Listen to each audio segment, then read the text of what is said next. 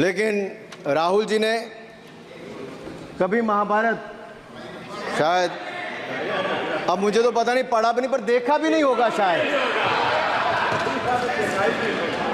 Sir मुझे लगता है अंकल सैम ने लिख कर दिया होगा,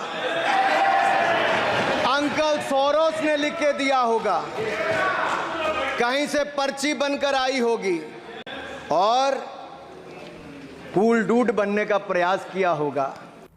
ভারতীয় জনতা পার্টির ভাবি সভাপতি হিসেবে যার নাম সামনে আসছে তার ভাষণে আজকে গোটা পার্লামেন্ট কেঁপে উঠেছে। আপনাদের একটা লাইন নিশ্চয়ই মনে পড়বে, দেশ কে গদ্দারো কো গোলি মারো সালো কো। এই কথাটি কে বলেছিলেন আপনাদের মনে আছে?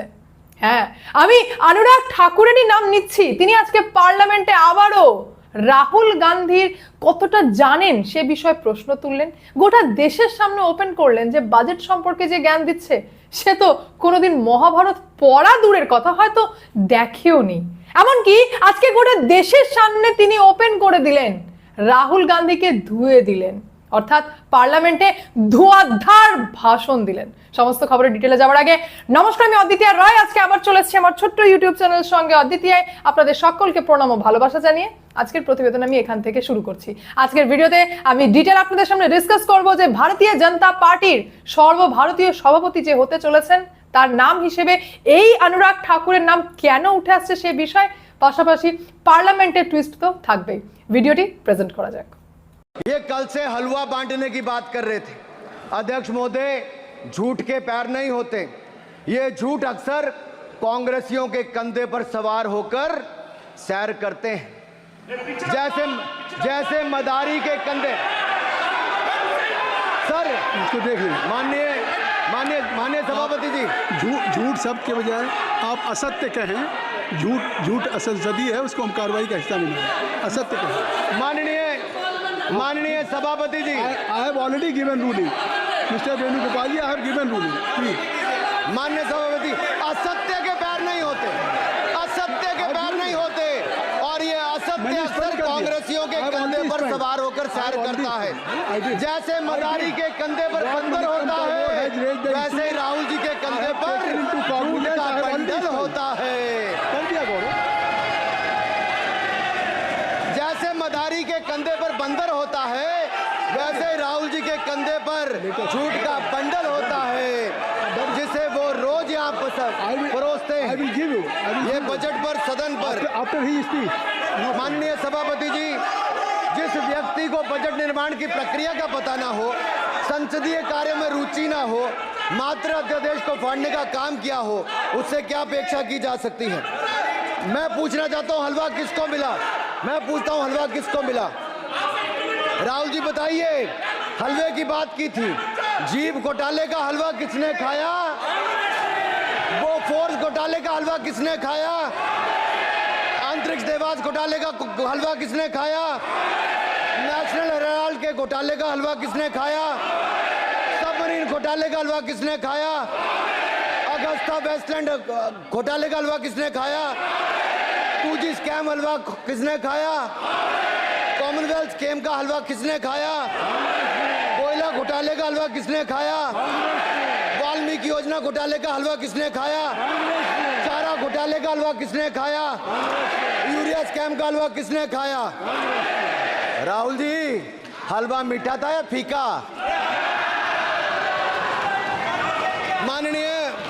माननीय सभापति जी, कुछ लोग ओबीसी की बात करते हैं। मैं ये कहता हूं, इनके लिए ओबीसी है। गौरव सुनिए, गौरव बड़ा इंपॉर्टेंट है।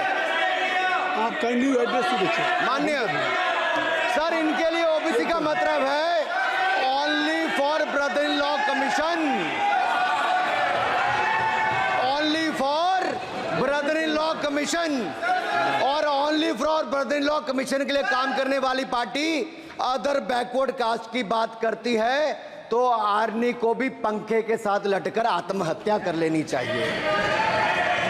मतलब जिस पार्टी ने अपने पार्टी के अध्यक्ष जो एक पिछड़े वंचित समाज से आते थे, उनको धोती से खींचकर पार्टी से बाहर निकाल दिया हो, उसके शहजादे हमें ज्ञान बांट रहे। अरे साहब इनको पहले तो एलओपी का मतलब समझना पड़ेगा। ये लीडर ऑफ प्रोपेगेंडा नहीं, लीडर ऑफ ऑपोजिशन है। इसका मतलब लीडर ऑफ ऑपोजिशन है। On behalf of his Sir, ये party. leader- Kindly listen me. Kindly listen me.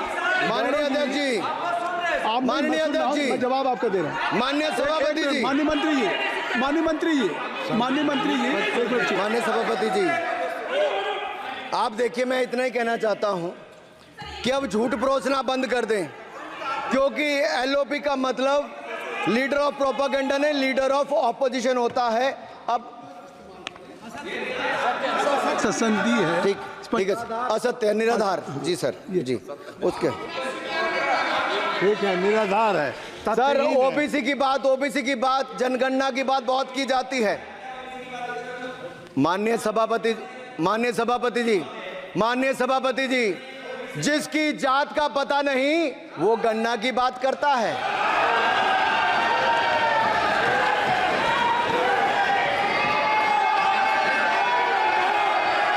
जिसकी जात का पता नहीं वो गणना की बात करता है। অনুরাগ ঠাকুর, যার ভাষণ আমি আপনাদের সামনে এই মুহূর্তে চালালাম, গোটা পার্লামেন্টে ধোঁয়াধার ভাষণ দিলেন, না যে ভাষণ শুনে আমাদের পর্যন্ত একদম মানে চোকে গেলাম যে ওরা বাপরে, এইভাবে রাহুল গান্ধীকে ধুয়ে দিলেন। এই সেই অনুরাগ ঠাকুর যিনি গোটা পার্লামেন্টে রাহুল গান্ধীকে প্রশ্ন করেছিলেন যে সংবিধান নিয়ে তুমি এত কথা বলো, সংবিধানের পেজ কটা, ওপেন কোয়েশ্চেন করেছিলেন যে সংবিধানে কটা পেজ। রাহুল গান্ধী চুপ, অর্থাৎ সেই দিনও অপমানিত হয়েছিলেন। আর আজকে ডিরেক্টলি আপনারা বলতে পারবেন কোথাও যে অনুরাগ ঠাকুর একটা লাইন ভুল বলেছে? হ্যাঁ, এটা বলতে পারেন যে বাপরে প্রচন্ড স্পষ্টবাদী, ডিরেক্ট কথা বলে দেন। হ্যাঁ, সত্যি তাই, অনুরাগ ঠাকুর প্রচন্ড স্পষ্টবাদী বলেই তিনি বলেছিলেন যে দেশকে গদ্দারো কো গোলি মারো সালো কো। সেই অনুরাগ ঠাকুর আজকে রাহুল গান্ধীকে বললেন যে হালুয়া বাটার কথা বলছো তুমি, হালুয়া মিঠা ছিল না ফিকা ছিল সেটা তো কংগ্রেস উত্তর দেবে, কারণ দেশ স্বাধীনতার পর থেকে যে দল দুর্নীতি করে সে আবার কি কথা বলছে। আপনাদেরকে জানিয়ে দিই, 1948 থেকে দুর্নীতি শুরু কংগ্রেসের। আমি দেখে অবাক। জিপ ঘোটালা, বোফোর্স ঘোটালা, আন্তরিক্স দেবাস ঘোটালা, সাবমেরিন ঘোটালা, ন্যাশনাল হেরাল্ড ঘোটালা, আগস্টা ওয়েস্টল্যান্ড অর্থাৎ ভিভিআইপি চপার ঘোটালা, 2G ঘোটালা, কয়লা ঘোটালা, কমনওয়েলথ গেম ঘোটালা, বাল্মীকি ঘোটালা, চারা ঘোটালা। ভাবুন, আজকে আমাদের দেশে 5G আসতে চলেছে, 4G হয়ে গেল, 5G ঢুকছে, আর কংগ্রেসের আমলে 2G থেকেই ঘোটালা স্টার্ট। এই ঘোটালাগুলোর সঙ্গে আমি একটা দলের বাম্পার মিল পেয়েছি, সেটা হচ্ছে তৃণমূল কংগ্রেস। ডিফারেন্সও পেয়েছি, কংগ্রেস যা ন্যাশনাল লেভেলের ঘোটালা করেছে, তৃণমূল কংগ্রেস যা স্টেট লেভেলে ঘোটালা করেছে। সেই কারণেই এই 56 ইঞ্চি বুক চওড়া করে তৃণমূল কংগ্রেস আমাদের ওয়েস্ট বেঙ্গলে ঘুরে ঘুরে বেড়ায়। দুর্নীতিতে মোটামুটি সেমই যাচ্ছে। হ্যাঁ, এবার আপনাদের মধ্যে অনেকেই বলবেন যে তাই তো, বিজেপি 10 বছর ধরে সরকার চালাচ্ছে, এ কি কোনো দুর্নীতি করেনি? আমিও ভাবলাম যে তাই তো, 10 বছর ধরে সরকার চালাচ্ছে, আর দুর্নীতি না করলে তো পার্টিই না। তাই বিজেপির ঘোটালা নিয়ে আমি সার্চ করা শুরু করলাম, তখন জানতে পারলাম যে এই রাহুল গান্ধী কথা তুলেছিলেন রাফেল দুর্নীতি, রাফেল ঘোটালা। প্রথমে ক্লিয়ার করে দিই, কংগ্রেসের যে ঘোটালা নিয়ে বললাম সেগুলো পুরো হচ্ছে এস্টাবলিশড ঘোটালা, মানে ঘোটালা প্রমাণিত। বিজেপিকে নিয়ে সার্চিং এ যেটা বেরোলো সেটা হচ্ছে সুপ্রিম কোর্ট থেকে রাফেলকে নিয়ে পুরোপুরি ক্লিন চিট দিয়েছে যে বিজেপির কোনো উচ্চ নেতৃত্ব রাফেল দুর্নীতির সাথে জড়িতই না, এমনকি রাফেল কোনো দুর্নীতিই নয়। তারপর আমি আবার সার্চ করা শুরু করলাম যে আর কি দুর্নীতি করতে পারে। পেপার লিক বিরাট ঘোটালা, নিট দুর্নীতি, সেটাতেও সুপ্রিম কোর্ট ক্লিন চিট দিয়েছে যে হ্যাঁ লোকাল লেভেলে পেপার লিক হয়েছে, মাস লেভেল দুর্নীতি নয়। দুর্নীতিতে নাম সামনে আসছে তেজস্বী যাদবের, লালু প্রসাদ যাদবের ছেলের, যেখানে আবারও বলে দিচ্ছি যে এই নিটের পরীক্ষার পবিত্রতা বজায় রয়েছে, অর্থাৎ বিজেপির কোনো উচ্চ নেতৃত্বর এই পরীক্ষার পেপার লিকের সঙ্গে কোনো সম্বন্ধ নেই। আরো খুঁজলাম আর দুর্নীতি।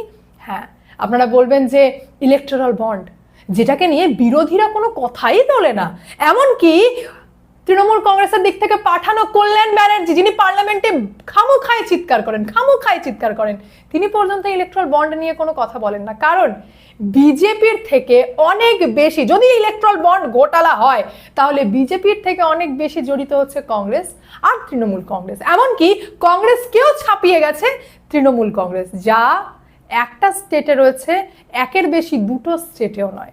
সেই তৃণমূল কংগ্রেস ইলেকট্রাল বন্ড যদি দুর্নীতি হয়ে থাকে তাহলে সেখানে তার নাম সব থেকে বেশি আসছে। এবার আমি যাই আসল মুদ্দাতে। আপনাদের সামনে প্রথমেই বললাম যে দেশে এই সর্বভারতীয় সভাপতি ভারতীয় জনতা পার্টির দিক থেকে কে হতে পারেন, তার নামে অনুরাগ ঠাকুর সব থেকে বেশি এগিয়ে। প্রথমেই জানিয়ে দিই, বিজেপির কার্যকালে অনুরাগ ঠাকুর কোনো বড় পদে ছিলেন না বা মন্ত্রিত্ব পদে ছিলেন না, এমনটা হতেই পারে না। অর্থাৎ ইতিহাস সাক্ষী রয়েছে যে বিজেপির টাইমে অনুরাগ ঠাকুর কোনো না কোনো পদে রয়েছেন। যেমন 2011 থেকে 2016 প্রেসিডেন্ট অফ ভারতীয় জনতা যুবা মোর্চা ছিলেন অনুরাগ ঠাকুর। 2016 থেকে 2017 বিসিসিআই প্রেসিডেন্ট ছিলেন। 2019 থেকে 2021 minister of state for finance and corporate affairs অর্থাৎ মন্ত্রিত্ব পদে ছিলেন।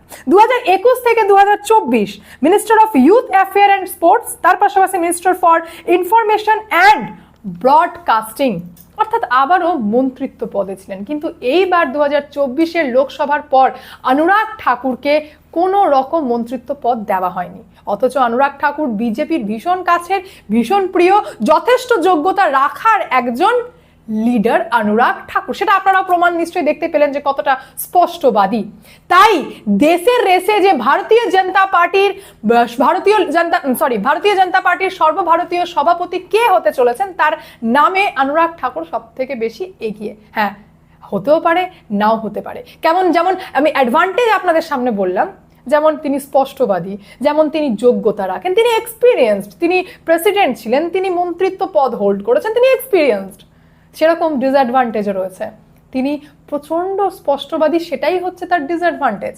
অর্থাৎ সংগঠন চালাতে গেলে এত স্পষ্টবাদী হলে চলবে না, সবাইকে নিয়ে চলতে হবে, তো সেটা নেই। একটু শর্ট টেম্পার, প্রচন্ড হুট করে রেগে যান, কন্ট্রোল করতে পারেন না নিজের টেম্পার।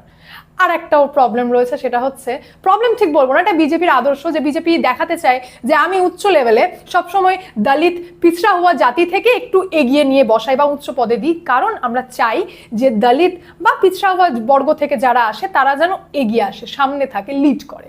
তো অনুরাগ ঠাকুর সম্প্রদায় থেকে আসছে। এখন বিজেপির সেটা এথিক্স যে তাকে দেওয়া হবে কি হবে না। যেমন অনুরাগ ঠাকুর আপনাদের সামনে বললাম যে রেসে এগিয়ে রয়েছে, সেরকম আরেকজনের নাম আসছে সামনে, সেটা হচ্ছে দেবেন্দ্র ফডনবিস। বিজেপিতে তাকে আবার নাকি চাণক্য পর্যন্ত বলা হয়। দেবেন্দ্র ফডনবিসের নামটাও সামনে আসছে, আর একজনের নাম সামনে আসছে, তিনি হচ্ছেন তরুণ চুগ। এখন অতি অবশ্যই গোটা দেশবাসী অপেক্ষায় থাকলো যে ভারতীয় জনতা পার্টির সর্বভারতীয় সভাপতি কে হতে চলেছে। অতি অবশ্যই আপনারা আমাকে কমেন্টের মাধ্যমে জানাবেন যে আপনাদের কি মতামত, কে হতে চলেছে বিজেপির সর্বভারতীয় সভাপতি। আজকে এখানে এন্ড করছি, দেখা হচ্ছে নেক্সট ভিডিওতে।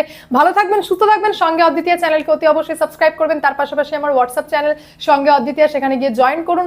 সঙ্গে অদ্বিতীয় চ্যানেলকে অতি অবশ্যই সাবস্ক্রাইব করুন, যা হবে স্পষ্ট হবে।